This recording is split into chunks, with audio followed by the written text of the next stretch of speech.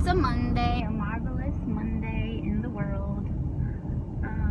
I'm driving right now. I always do these while I drive, which is kind of dangerous. Just merged in front of cars. So I just have something on my mind I wanted to talk about. I got asked to lead a teaching next month about leadership, like a little 5-minute leadership principle or something. I think that's crazy. I just was thinking about it. I'm kind of practicing right now, but leadership is not something that you really hear me say a lot. Like, oh, I want to develop my leadership, when we study leadership. Not that it's bad, I think it's great. Like, John Maxwell's awesome, and there's all kinds of like awesome leadership focused teachings and books and principles that we can really learn a lot from. But I think for me, the thing that's impacted me the most as far as leadership goes is substituting that word for servanthood.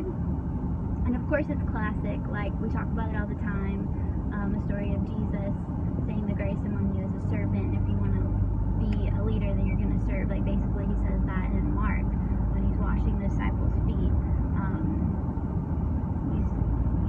The Son of Man came not to be served but to serve. And so I think that's the greatest example that we have is if you want to be a great leader, leadership to me is never the goal.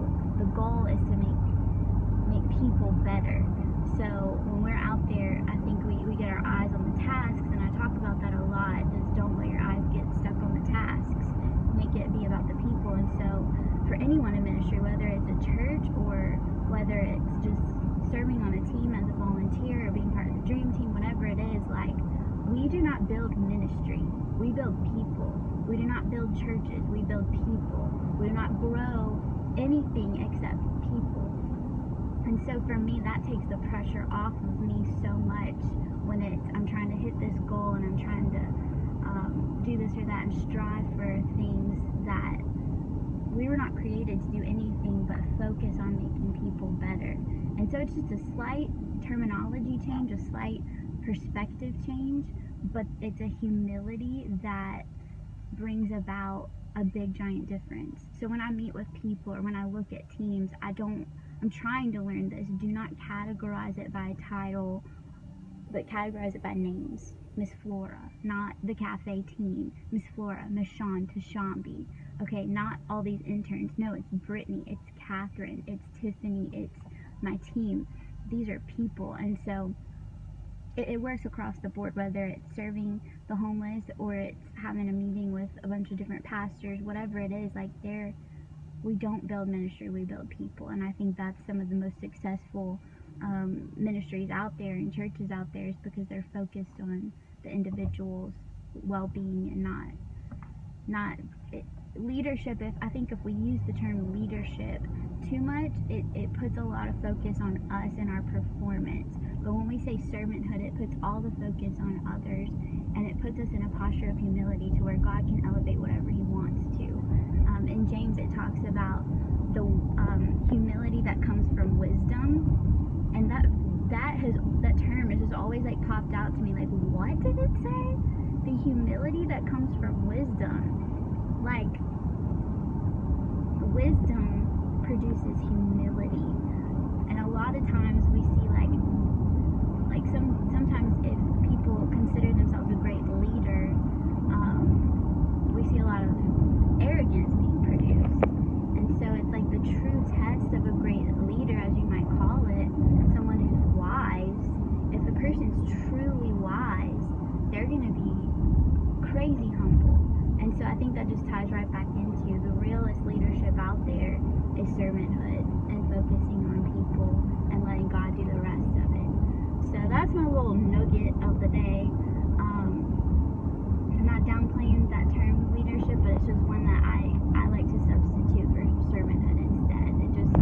It helps me keep my heart in check, keep it in line. I'm actually going to, like I said, I'm setting up for the Serve Brew in just a couple hours. We're about to have that, and I think these two pastors I'm interviewing, Chad Fisher of Columbus Dream Center and Rock City Church, and Chris Van Buskirk at Centerpoint in Chillicothe, Ohio. If you've ever been to Chillicothe, then you're cool and you need a bumper sticker. Go to Totem, get you a bumper sticker. those two guys are like, I've actually been to Centerpoint. I haven't been to the Rock City Church, but I met them and their team at Art Conference a couple weeks ago. And I think both of them have something significantly special about them. I'm excited to interview them today. But there's a difference about how they approach things, and they're definitely, it's just clear and evident that they're not about building a great church. They're about building great people, and that's why they're so unique. And I think Rock City's actually, I was researching and I saw that they're on a list of like some of America's top fastest growing churches in the country. And it's like, what? Like they're I think 6 years in, and they just started a Dream Center last year, and it's just like a really young church. But it's like, why? What's the difference? Like, what makes a church grow and be healthy? And even like, I'm passing Church of the Highlands right now, like there it is, and it's like, why did it blow up? Like, what was the magic? And honestly, I think it's humble leadership and pastors who are out to build people and not themselves. Pastors who are building churches outside of its four walls. Pastors who are focused on not making a great name for themselves, but being servants. And then God is the one who makes their names great. And like, shout out to Centerpoint and Chillicothe. Like, when me and Dad went out there, it was insane because they like had personal touch on absolutely everything that they did. And it's not even like a mega church at all. It's like they're out in Chillicothe. If you know Chillicothe, like I said, you deserve to get a sticker. It's Chillicothe. I'd never heard of that. Like, what is that? Is that a dish? Is that like a chowder? I've never heard of that. But I get there and it is like, I feel like I'm in LA. Like, I'm being treated like a celebrity, not in a diva way, because I don't need to be treated like a diva, but it was like, there was a gift basket in our hotel. We had their team personally picked us up and brought us places. We went to their house for a barbecue.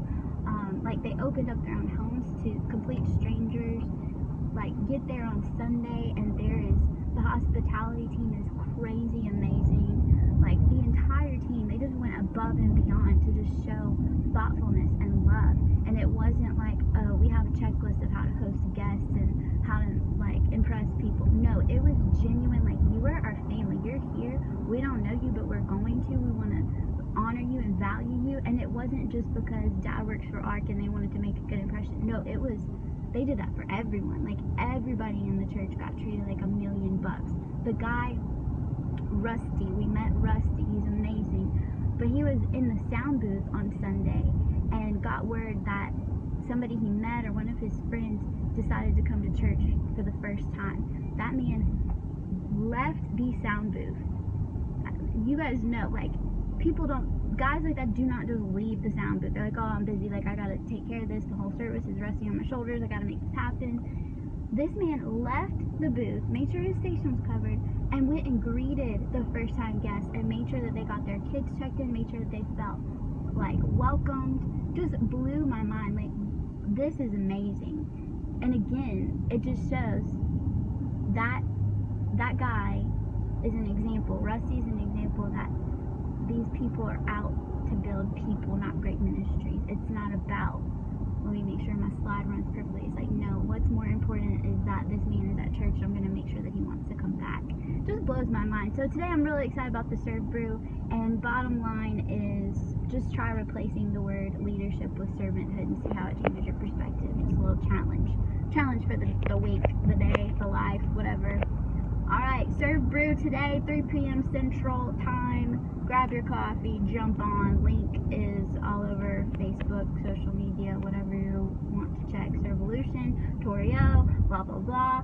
Dan Oler King. Okay, I'm done jabbering. Bye!